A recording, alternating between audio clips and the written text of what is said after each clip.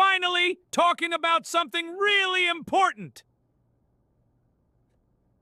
Well, hello everyone. Welcome back to the Cranky Old Historian. Today I want to talk about something that the anniversary of is upcoming. I want to get back to talking about pure history. And today I'm going to introduce the Atlanta campaign. This is a 1864 campaign that happened during the American Civil War. I grew up on some of the battlefields of it, so of course I've had a natural interest in it. And while over the next 3 months, while this thing unfolds, I'm going to talk about each battle, and to some degree, to a lesser or greater degree. I'm going to talk about some ghosts. I got some great ghost stories for you. And also I want to talk about the analysis. What does this all mean? Why is this something important? Why is this something that is still studied to this day? Why do we even care? So yeah, there's a lot to unfold. There's a lot to talk about.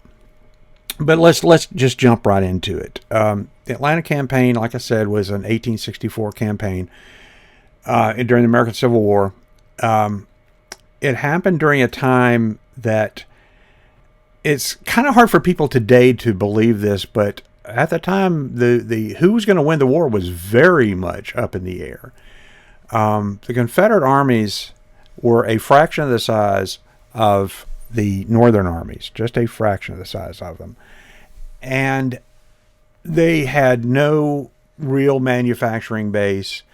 They depended on imports from England to a great degree, and to a lot lesser degree, France donated a little bit. And yet the Union had struggled, mostly because they were trying to convince their own population of the justification for the war. I mean, after the first couple of battles, it became very clear that this was going to be a very bloody affair. And this whole idea that the war was all about slavery, that wasn't something that was talked very much about. The anti-slavery people were the radicals of the antebellum period. They were around. Oh yeah, and they were, very much were paid attention to, but they were the radicals.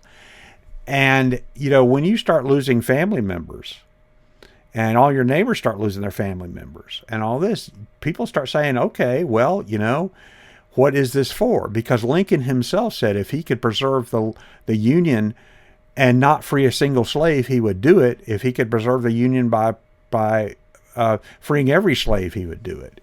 And what he was trying to say was, he said that slavery was secondary to the preservation of the Union. Southerners, on the other hand, had an invading army. The Union is the one who invaded the South first.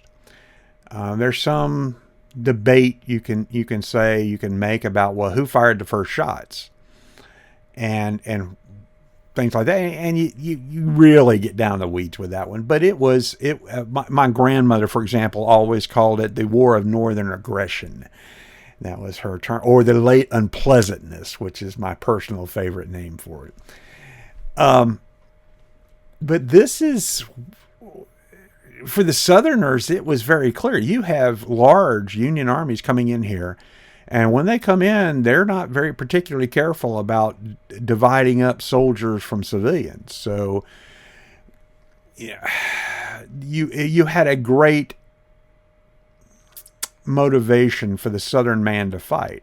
Before the war, Southerners have always been known as basically the center of the military for America, and you had a great number of very, very well-trained military people in the U.S. Army before the war, and about 2/3 of the officers and men who were Southerners left the American or the U.S. Army at the beginning of the war and joined the Confederacy, including some of the very best generals.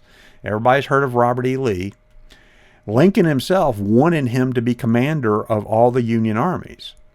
General Winfield Scott, who was a veteran of the War of 1812, was the commander of all the armies just before the war. He knew he was too old, too fat, he couldn't ride a horse anymore.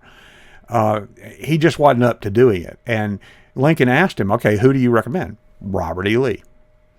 And he was offered the job. He was a colonel in the U.S. Army. He was well noted, and well known for his performance in the Mexican War, and pretty much known by everybody. It was a small army before the war. So you had Lincoln wanting Lee. Lee declines, and the next day accepts the command of all the Virginia armies. Virginia had just seceded at that point, as the war had already started, and later became commander of all the Confederate armies. And kind of funny thing, he didn't do that till the very end of the war. He technically only commanded one army, and that was the Army of Northern Virginia. There was 5 predominant Confederate armies, and he was commander initially of only one of them.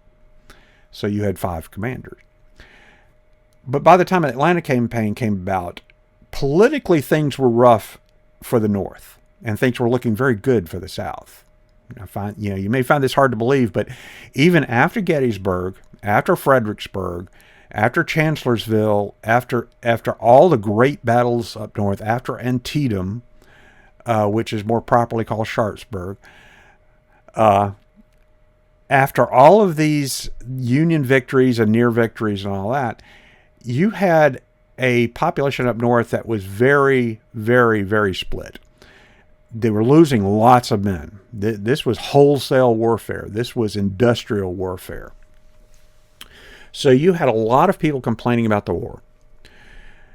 Lincoln, tell me if this sounds familiar to you. You have a president in Lincoln who was not very popular, even among the people who elected him, who didn't even show up in the ballot in every southern state, who was a minority candidate but won the Electoral College, who was extremely unpopular. The press hated him. Media hated him.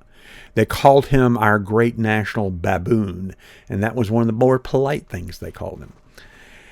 He had fired his top general, one of them, George McClellan, because McClellan was simply incompetent.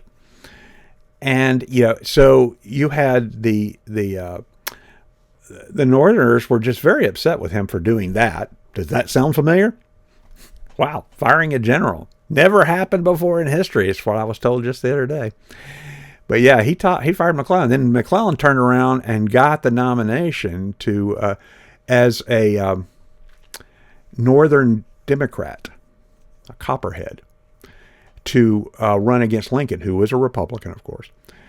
And by the spring of 1864, things were looking bad for Lincoln. That was an election year, and this had never happened in U.S. history before, where you had a serious war in the middle of a campaign season for an election. And Lincoln, to be honest, was pretty convinced he was going to lose. He wrote about that. He had his people talking to the Northern Democratic Party, the Copperheads, and they were actually by May and June, they were already talking about a smooth transition to another government in the middle of a war. So this is what's happening. Also, at the same time, you had a very good general who had been out west, and the west here again is the Georgia, Alabama, Mississippi, Tennessee, Kentucky, Louisiana, Arkansas. That's the west, and Florida. Ulysses S. Grant had been a very good general out here, had done very well at Vicksburg earlier in 1863. He had taken Vicksburg the same day that Pickett's charge failed at Gettysburg, so he kind of got lost in the headlines. But it was a resounding victory. It cut the Confederacy in two. For the first time since the war began, the Union controlled the entire Mississippi River, and the Confederacy had lost its main lifeline, which was importing through New Orleans and up through Mexico and up into Texas and all that. So Grant had done well. One of his corps commanders was William Tecumseh Sherman. And Sherman, like Grant, had not been particularly good at life before the war. He had a reputation as a crazy man. Grant had failed at everything he had done outside of the Army. Everything. And we know that because when he wrote his memoir, which is probably the very best memoir ever written by a combat commander or president, much less both, was the memoirs of Ulysses S. Grant. And in there, he talked about how he had failed at everything, including selling firewood. He had failed at selling firewood in a northern state. Sherman, on the other hand, and he also got a reputation as a drunk because he took very personally the death of his people. He drank a lot. Lincoln was actually asked, he has a reputation for drinking quite a bit, and Mr. Lincoln, what do you think of this? And Lincoln's response supposedly was, well, find out what his favorite brand is, and I'll send every one of my generals a case. He's a fighting general. He can win. We don't need to get rid of him because of this. Grant never drank while on campaign, though. That was an important distinction. Very important distinction. Sherman, on the other hand, had actually spent some time in a sanatorium. He had a reputation for being crazy, and he had his own set of demons and issues to deal with. He actually was the president of the Louisiana Military Academy when the war broke out, and he left to go back home. He wrote his brother, who was a congressman, and said, you have really got us, you politicians have really got us in a hell of a mess. I'm going to go home and stay out of it. Well, of course he didn't. And he had made his reputation also at Vicksburg and some other places. Grant was given command of all the Union armies. And Lincoln said, you need to plan how you can do this. We have to do something in the summer of 1864. We have to do something. Otherwise, we're going to lose the election. McClellan, who was running as a peace Democrat, has already said, and he's running on this, he said, I'm going to sue for peace with the South, which means after all the blood and gore they had been through in 3 years of fighting, that there was a very good chance the South would pull this one out politically, if not militarily on the battlefield. And they had done very well militarily, especially considering how small they are and how poorly supplied they were. So Grant tapped Sherman to be his commander for all the Western armies. And they had a war council in the spring of 1864, and they decided that Grant was going to concentrate on the Eastern Theater, primarily in Virginia, and Sherman would take the Western Theater, and they discussed where they should strike.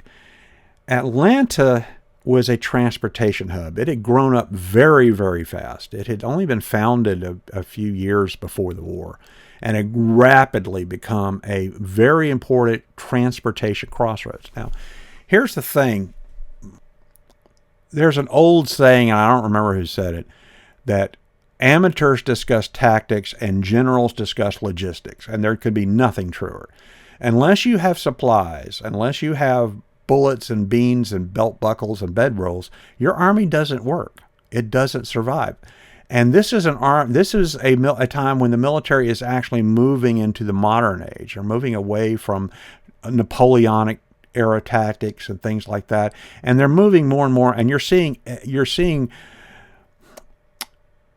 troubling shading of what happened in World War I coming up. Trench warfare broke out, especially in Virginia. By this time in the war, there was no more of the standing up, looking gallant, and facing down the enemy with your righteousness, which had happened a lot earlier in the war. By this time, it had become a grueling, brutal, nasty process. The troops dug in everywhere. Artillery was used, very accurate artillery, very effective artillery, unlike in preceding wars, was widespread. You had the beginnings of true combined armed fights between cavalry, artillery, and infantry on both sides. So you're starting to see the beginnings of modern warfare, and with that comes the modern considerations. So Atlanta is where all of the supplies for most of the Confederacy are coming through. You still have open ports in North Carolina. You still have open ports in Alabama. You still have open ports until Vicksburg fell. You had it in New Orleans, and you've got Savannah, which is another important port. Ports in Florida that can bring stuff in, and railroads is what brings everything up. For the first time in military history, you've got railroads moving major troop movements, various places. So Atlanta becomes an obvious target. What Sherman was told was, he said he was given a very simple order by Grant. He says, yeah, we're going to talk about how you do this, but Atlanta has to fall. Atlanta must be taken. Atlanta is the key to the war. And Grant is being held up very effectively by Lee up in Virginia. And he's held off for well over a year of just intense trench warfare to the east of Richmond, which was his target, the capital of the Confederacy. Atlanta is being defended by one army headed by a very effective general named Joseph Eggleston Johnston. And if you're from Atlanta, you may recognize that middle name, Eggleston Children's Hospital. Yes, it was named after his family. I believe Eggleston was his mother's maiden name, if I remember correctly, but I may have that wrong. Sherman, on the other hand, gathered up three major armies. He in theory outnumbered Johnston 3-1. In practicality, they were just about evenly split, especially early in the campaign. There was only one battle, and that was Resaca, where the entire combined armies of both sides fought. And it was technically a Confederate victory, which is kind of interesting. There is also an axiom of warfare that says a defense has a natural 3-1 advantage over an offensive force, all else being equal. Johnson knew this very well. His plan was to, he knew he wasn't going to be able to defeat Sherman on the field. And Sherman planned to come down from Chattanooga. He had to follow the Western Atlantic Railroad route that ran from Chattanooga down to Atlanta. He had to follow that, because that's where his supplies were going. By this time, the supplies for an army that large, and Sherman's army at its largest, I want to say was 115,000. I have it written down over here. Let me check and see real quick. At the beginning, he had probably about 82,000. He ended up with about 115,000 roughly men. To Johnston, roughly 60, 70,000 men, depending. It's very unclear. The records are kind of unclear exactly. And there was a lot of people who came and went. As a matter of fact, when Sherman started his campaign in early May 7th, 1864, a lot of his army was out on furlough. And I just thought that he only fought with somewhere around 60,000 men when he first started. So to supply an army that large, you're going to have to use the railroads. And Johnson knew that. So he planned to stay close to the railroads, tightly compacted, keep his army together, retreat as slowly as humanly possible, strike out against Northern forces whenever he saw an opportunity, and then pull back into the defenses of Atlanta when he finally could not stay out of the city any longer. Atlanta, by the summer of 1864, was the most heavily fortified city in the world. It had 2 and sometimes 3 bands of connecting trench lines, forts, redoubts, everything. It was impenetrable. You could not crack open Atlanta. You're just simply not going to charge in there. And the plan was to make Sherman's army pay for every foot of the way between Chattanooga and Atlanta, then pull inside the city and sit there and wait until the election. Everybody on both sides knew what the stakes were. And they knew what the goal was, and they knew what they had to do. Sherman had to get into Atlanta before the election, had to, and enough before the election where they could make some hay out of it. Otherwise, he was going to lose, and McClellan was going to sue for peace. That's all that everybody knew. So the stakes were very, very high for Sherman. I'm going to get into the specifics about this in the next episode of the Atlanta campaign. But I wanted to give you a little background. And why do we study history? Well, just like today, there's a lot of comparisons of politics of the 1860s to politics of the 2020s. There's a lot of parallels. And just like you've got people who say, well, I know what's going to happen. No, you don't. there are a lot of forces that you cannot foresee. There's a lot of things that could happen, and there was some surprises, good and bad, for the Confederacy and the Union all along the route. And it wasn't until the fall of Atlanta in September, on September 2nd, that things were pretty much assured. Okay, well, Atlanta has fallen, and so did the Confederacy that day. Even so, it staggered on until April 1865, even with the loss of Atlanta and then Savannah. Yeah, by Christmas, by December. And even with the loss of everything to the west, practically, even though Union armies didn't occupy it, it was because the Mississippi River was now open completely to the Union Navy, the Union riverboat fleet, gunboat fleet. You're not going to bring major supplies across the river anymore. So as far as everyone's concerned, the trans-Mississippi, all of the Confederacy west of the Mississippi is fighting its own independent battle. And as a matter of fact, the last battle of the war was fought in New Mexico. And it was a Confederate victory. This is the background. Again, I invite you just to think about how this parallels, and more importantly, what do you learn from this? Well, you learn from this that things have a way of happening that you don't foresee. And stepping away from my role as a historian for a moment and putting on my role as a chaplain / pastor, I have to point out something. My great-grandfather was a Confederate private. He fought with the 26th Alabama. He fought in the Army in Northern Virginia. And he was wounded very badly, losing a leg at the Battle of South Mountain, which was immediately before the Battle of Antietam / Sharpsburg. He became a preacher later in life. My dad knew him. He died when my dad was 12. And my dad told me that when he preached, he was a lay preacher. He owned a store. He had only one leg. He owned a store, and he preached on Sundays as a lay pastor. And his favorite sermon was that the reason the South lost was because God's wrath over the evils of slavery. Okay. The South had sinned greatly. Can you imagine in rural Alabama in the 1920s and 1930s having someone standing up and saying that slavery, the evil of slavery, is the reason God is punishing us? But he had such a reputation that no one dared lift a finger against him. That was the respect that everybody held. They disagreed with him sharply, I'm quite certain. But because he had the reputation, he was a wounded Confederate soldier, he was untouchable in that day and time.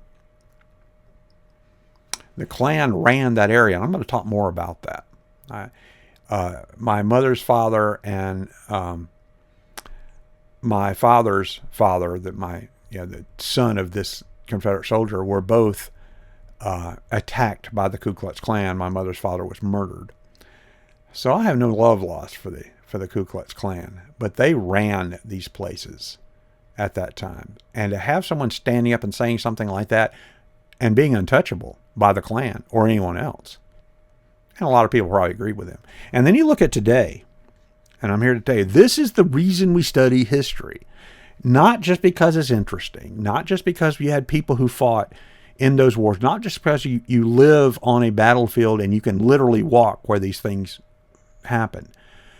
The reason we study study war, we study history at all, is to say, how can this affect us today? Now look at today, and look at what's happened in the United States. There's a guy that I read, and I can't think of his name off the top of my head. He lives in Hungary. He's an American expatriate, and he's finishing up a book talking about the American Weimar Republic. And he's comparing America today to Germany of the period between the First World War and the rise of the Nazis in the 1930s, the Weimar Republic. And he's got some great points. And I will add to his points as a pastor and say, when a people sins against God, God is going to be patient, but his justice will happen, and it will be swift and thorough. Period. When you have a population that thumbs its nose at the very God that created them and set them aside, America was supposed to be an exceptional nation. America was God's other chosen country. That's my term for it. But we have walked away from this. So what can we expect? I think we all can kind of figure that one out. If you sin against God, he will at very best turn his back on you. And I think what is happening today in this country is God's gradually removing his hand of protection from us. This country is not mentioned in Scripture in any way, shape, fashion, or form. We are not there. So when the end comes, the events that are talked about in various places in Scripture, most prominently in Revelation, the United States is not a part of all that in any sort of way. And then the question you have to ask yourself is, are you going to laugh at this? Or does this scare you? Or are you simply accepting it? If you are a Christian who knows Christ, is obedient to God, you simply say, well, this is what's going to happen. If you are a person who is seeking, you're probably scared of this. If you are a person who is satanically indwelt and filled with hate and rage and anger, as we have seen unfolding since the events over the weekend, you're probably scoffing at this. God has a lot to say about scoffers. Now is the time to choose what you're going to be. And from history, we know that there's a lot of unknowns during the events of a war. Like, you may not realize that what's happening in Ukraine and Russia, that war going on right now, is very, very important in terms of military history and military thought, because you're seeing in real time warfare changing radically. Radically. The wars from now on are going to be very, very different because of what's going on in Ukraine and Russia. And the same thing happened in the American Civil War. And what happened during the Atlanta campaign set the tone really for the next 100 years, 150 years of the way warfare was conducted. It also underscored how badly things can happen, where you have a population who is fickle at best, as ours is, and decides that, well, we did all this and we suffered all this and to set up, but we don't care anymore. We just want this, and go on about their merry way. And that's what happened in 1876. I think a very good case can be made that the South actually won the war in 1876. They lost it in 1865 and won it in 1876. And I'll talk more about that later. But this is where you had the rise of slavery by other means. And we'll talk more about that. But this is my introduction to the Atlanta campaign. Short for me, only 30 minutes, so good. And I appreciate you sitting here listening to me babble. If you have any questions or any comments, please put them down there. I do read them all, what few I get. And if you have anything you'd like me to address, please do. If you want me to elaborate on anything I've said here, I'll be glad to, be happy to. But until then, thank you for listening. Thank you for being here. And I hope to see you again on the Cranky Old Historian. Y'all have a great, great week.